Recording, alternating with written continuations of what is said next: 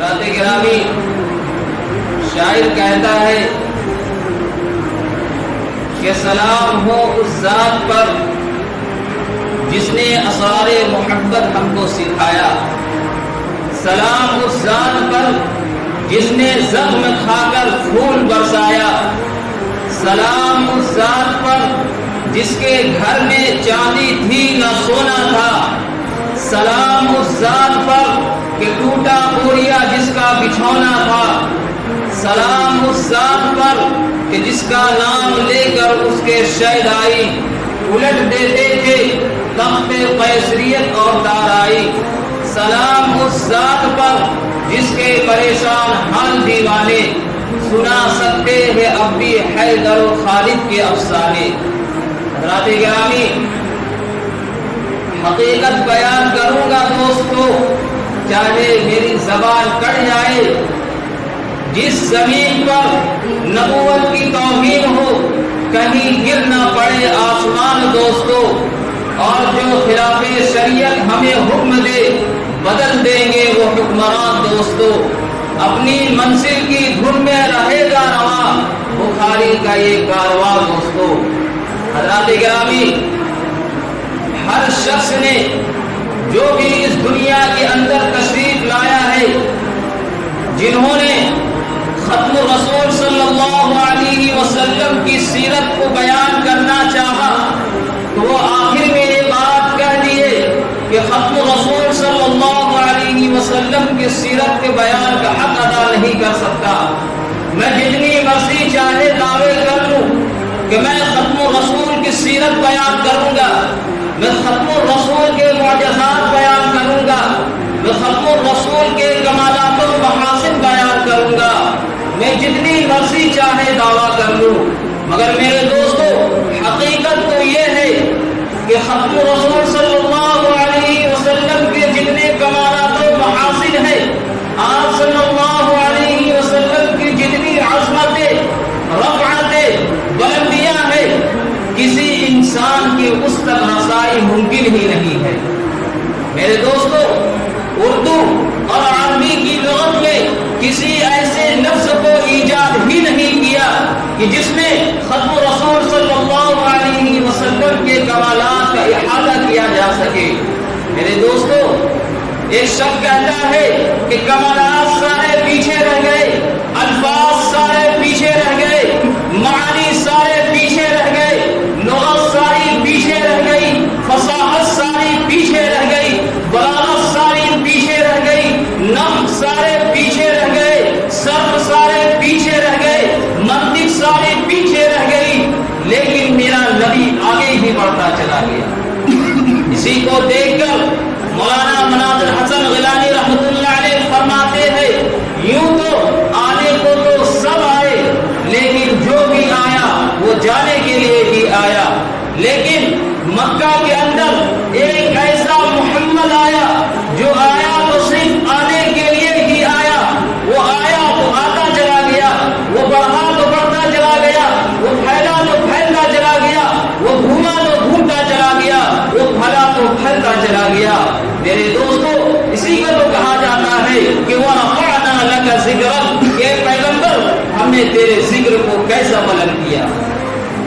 میرے دوستو، اس روئے زمین پر جتنے بھی خطیب گزرے ہیں، جتنے بھی مفسر گزرے ہیں، جتنے بھی محدث گزرے ہیں، جتنے بھی مقرر گزرے ہیں، ہر شخص نے اپنے اپنے انداز میں میرے نبی صلی اللہ علیہ وسلم کی سیرت بیان کرنے کی کوشش کی ہے۔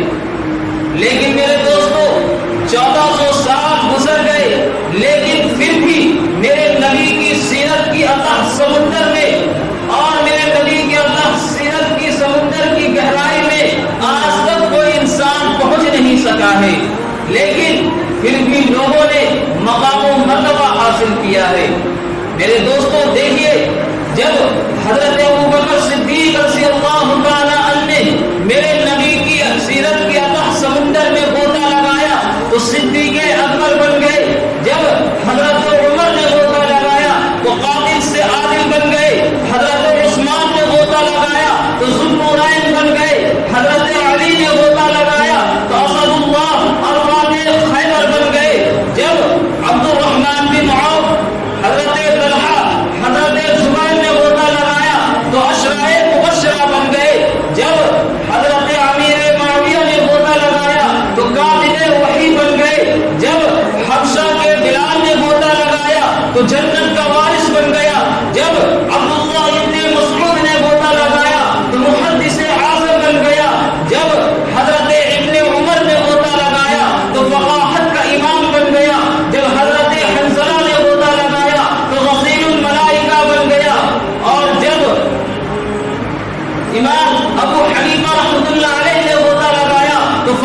جرأت کا امام بن گیا، اور جب امام مالک نے غوطہ لگایا تو حق ہو اور صادق بن گئے، جب امام احمد بن حنبل نے غوطہ لگایا تو جرأت کا امام بن گئے، جب حضرت مولانا قاسم محمد رحمۃ اللہ علیہ نے غوطہ لگایا تو حجت الاسلام بن گئے، جب مولانا حسین احمد مدنی رحمۃ اللہ علیہ نے غوطہ لگایا تو شیخ الاسلام بن گئے، جب مولانا اشرف علی تھانوی نے غوطہ لگایا تو حکیم الامت بن گئے۔ میرے دوستو، میرے نبی صلی اللہ علیہ وسلم کی سیرت میں جس شخص نے بھی اپنی وسعت، اپنی حیثیت، اپنی صلاحیت کے مطابق غوطہ لگایا تو پھر تاریخ انسان نے دیکھا کہ اس طرح اسے اللہ تبارک و تعالیٰ نے بلند کیا کہ پوری دنیا میں اس کے نام پر ڈنکا بجنے لگا۔ میرے دوستو، میں نے آپ حضرات کے سامنے قرآن مقدس کی آیت پڑھی کہ وَرَفَعْنَا لَكَ ذِكْرَكَ۔ میں یہ چاہتا ہوں کہ اسی کی روشنی میں تھوڑی دیر بات ہو جائے کہ وَرَفَعْنَا لَكَ ذِكْرَكَ۔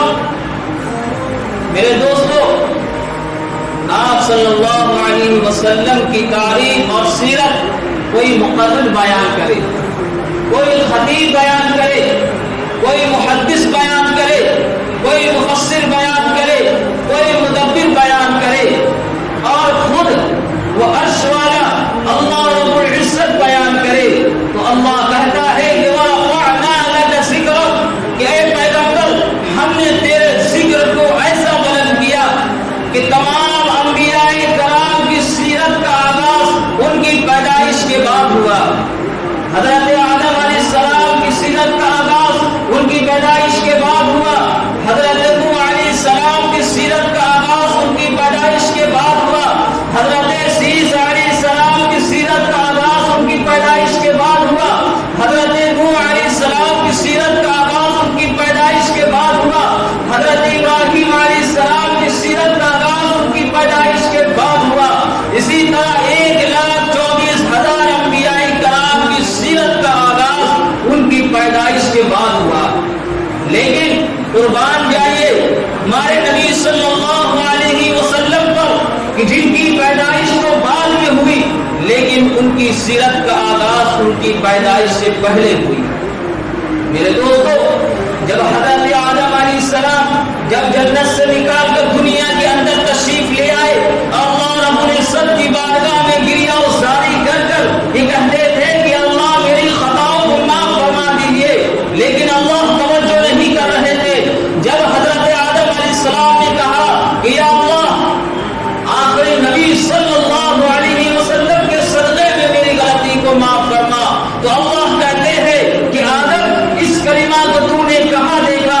تو آدم علیہ السلام کہتے ہیں کہ یا اللہ آپ کے عرش کے نیچے لکھا ہوا تھا کہ لا الہ الا اللہ محمد الرسول اللہ۔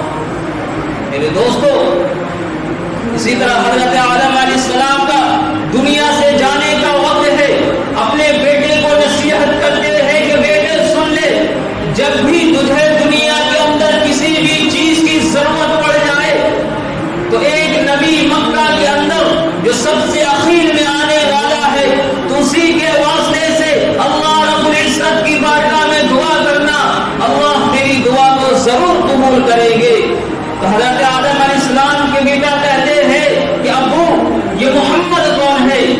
تو حضرت آدم کہتے ہیں کہ بیٹے سن لے، بات اتنی سی ہے کہ اگر محمد کو پیدا کرنے کا مقصد نہ ہوتا، اگر محمد کو دنیا میں بھیجنے کا مقصد نہ ہوتا، اس دنیا کو نہ رچایا جاتا نہ بسایا جاتا۔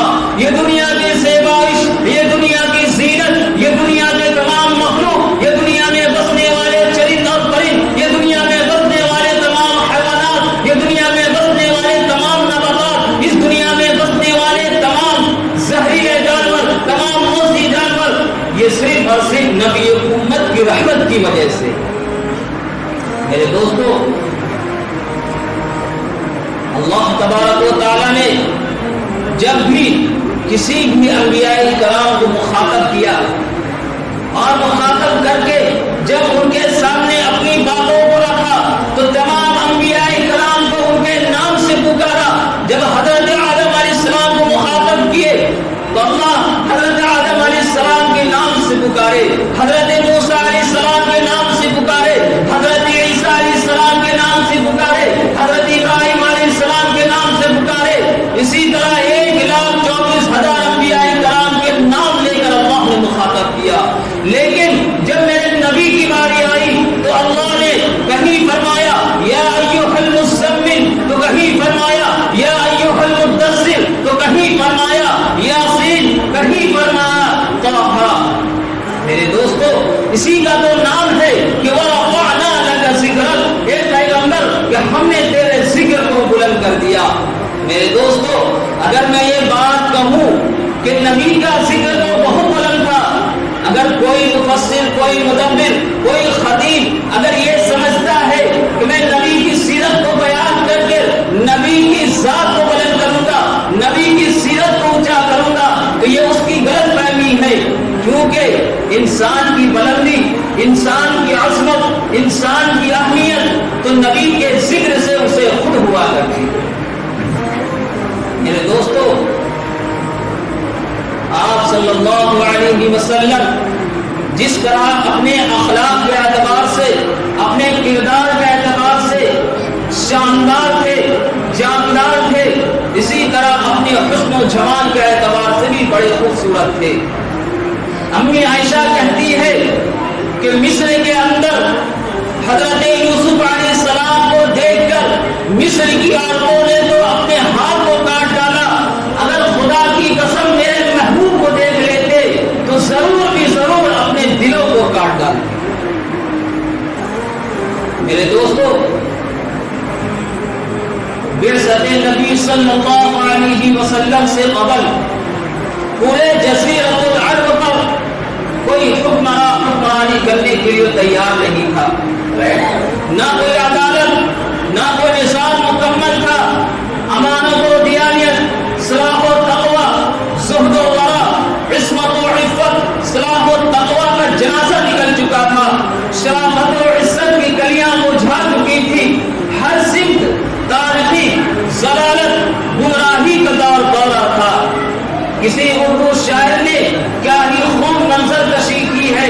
وہ کہتے ہیں کہ بدی کا زور کا ہر سو جہالت کی گھٹائیں تھی، کہ بدی کا زور کا ہر سو جہالت کی گھٹائیں تھی. فساد و ظلم کی پھیلی چاروں طرف ہوائیں تھی. ذرا سی بات پر تلواریں چل جاتی تھی آپس میں، پھر جنگ آتی ہی نہ تھی دو چار کے بس میں. غرض جو بھی برائی تھی سب ان میں پائی جاتی تھی. نہ تھی شرم و حیا آنکھوں میں، گھر گھر میں حیاء تھی. اگر لڑکی کی پیدائش کا ذکر گھر میں سن لیتے تو اس معصوم کو زندہ زمین میں دفن کر دیتے. مگر خدا نے ان پر اپنا رحم فرمایا، عبداللہ کے گھر میں خدا کا لاڈ لایا. میرے دوستو قدرت خداوندی نے اس پرفتن دور میں شہدائیان لات و عزیٰ کو رشد و ہدایت کے راستے پر گامزن کرنے کے لیے اور وحشت و بربریت کو ختم کرنے کے لیے فارات کی چوٹی سے افتاد رسالت صلی اللہ علیہ وسلم کو طلوع فرمایا. طلوع آفتاب کے وقت آمنہ کے لال، عبداللہ کے لختے جگر، عبد المطلب کے نور نظر دو شمبہ کو اپنے پورے انوار و برکات کے ساتھ دنیا میں تشریف لائے. اور آپ صلی اللہ علیہ وسلم ایسے وقت میں تشریف لائے کہ لیل و نہار یعنی رات اور دن دونوں نے فیض حاصل کیا. میرے دوستو جب آپ صلی اللہ علیہ وسلم کی بعثت دنیا میں ہو گئی تو قیصر و کسریٰ کے جو کنگریاں جس پر وہ فخر کیا کرتے تھے اور جسے دیکھ کر لوگوں کے سامنے اپنی بڑائی بیان کیا کرتے تھے، آپ صلی اللہ علیہ وسلم کی بعثت کے وقت سب سے پہلے ان کے کنگریاں ٹوٹ گئے اور ان کے پاس میں کئی سالوں سے جلنے والی آگ جس کی وہ پرستش کیا کرتے تھے وہ آگ بجھ گئی. لوگوں نے سمجھ لیا کہ آخری نبی محمد صلی اللہ علیہ وسلم دنیا میں تشریف لے آئے. میرے دوستو جب آپ صلی اللہ علیہ وسلم مکہ کے اندر تشریف لائے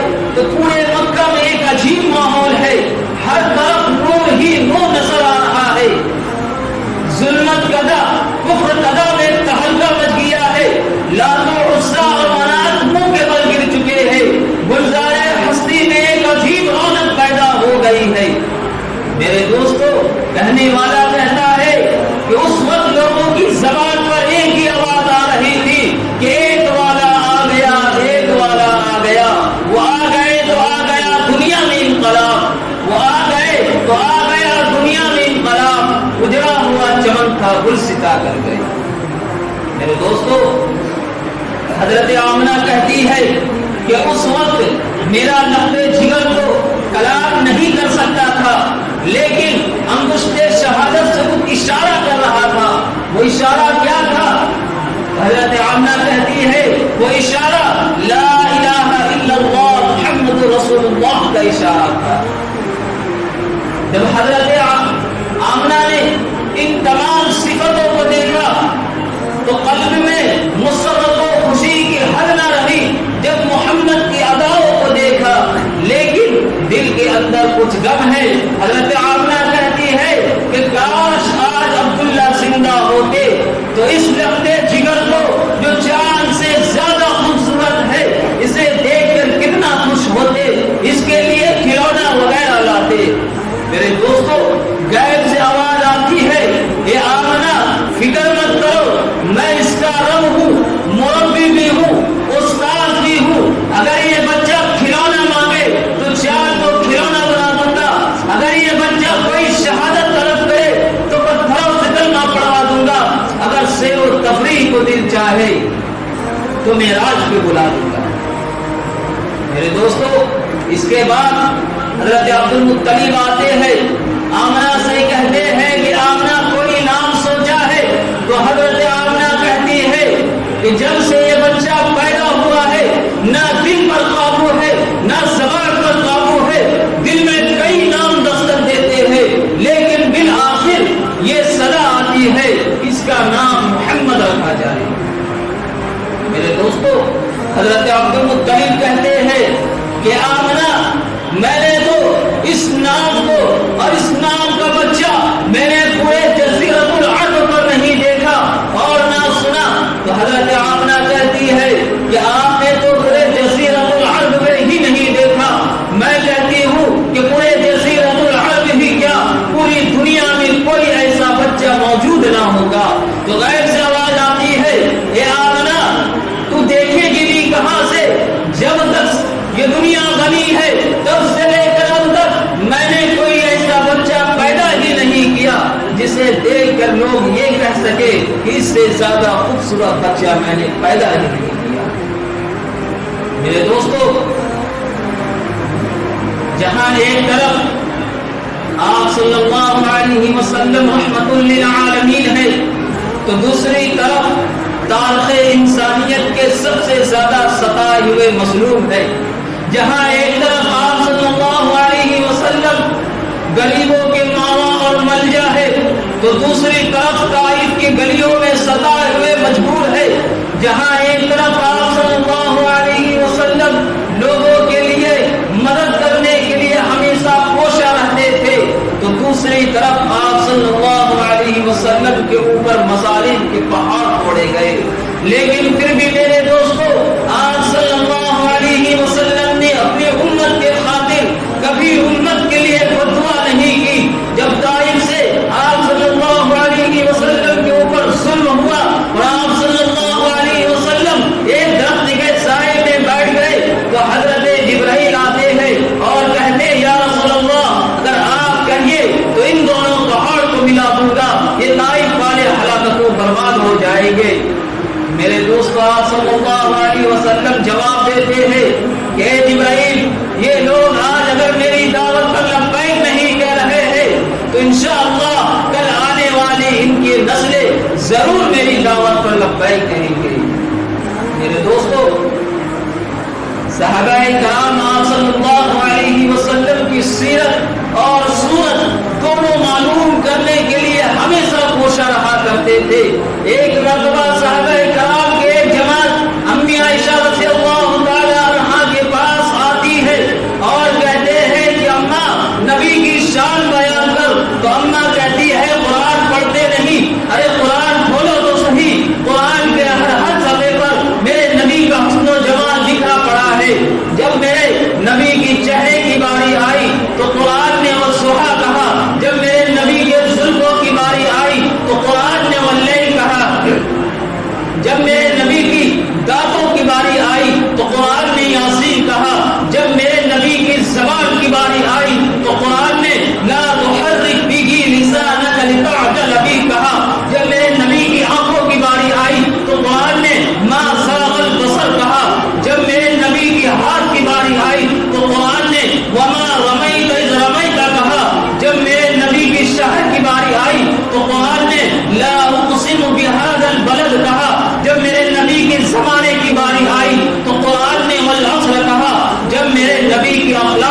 باری آئی تو قرآن نے انک علی خلق عظیم کہا. جب میرے نبی کی رحمت کی باری آئی تو قرآن نے وما ارسلناک الا رحمۃ للعالمین کہا. جب میرے نبی کی بشریت کی باری آئی تو قرآن نے انما انا بشر کہا. جب میرے نبی کی خوشی کی باری آئی تو قرآن نے مبشر کہا. جب میرے نبی کی قیادت کی باری آئی تو قرآن نے نذیر کہا. جب میرے نبی کی شاگردوں کی باری آئی تو قرآن نے اولئک هم المفلحون کہا. جب میرے نبی کی ذالساؤں کی باری آئی تو قرآن نے اولئک هم المفلحون کہا. جب میرے نبی کی یاروں کی باری آئی تو قرآن نے اولئک الذین امتحن اللہ قلوبهم للتقوی کہا. اور جب میرے نبی کی صحابہ کی باری آئی تو قرآن کہتا ہے والذین معه اشداء علی الکفار رحماء بینہم تراہم رکعا سجدا یبتغون فضلا من اللہ رضوانا. اور جب میرے نبی کی امت کی باری آئی تو قرآن کہتا ہے کنتم خیر امت اخرجت للناس تأمرون بالمعروف وتنہون عن المنکر. اور جب میرے نبی کی خود باری آئی تو قرآن کہتا ہے ورفعنا لک ذکرک. میرے دوستو اسی کا تو نام ہے کہ ہم نے یعنی اللہ کہتا ہے کہ اے پیغمبر ہم نے تیرے نام کو تیرے ذکر کو ایسا بلند کیا کہ جو شخص بھی تجھ سے وابستہ ہو گیا میں نے اس کے ذکر کو بھی بلند کر دیا. میرے دوستو شاعر کہتا ہے کہ قلم میرا قاصر زباں میری عاجز.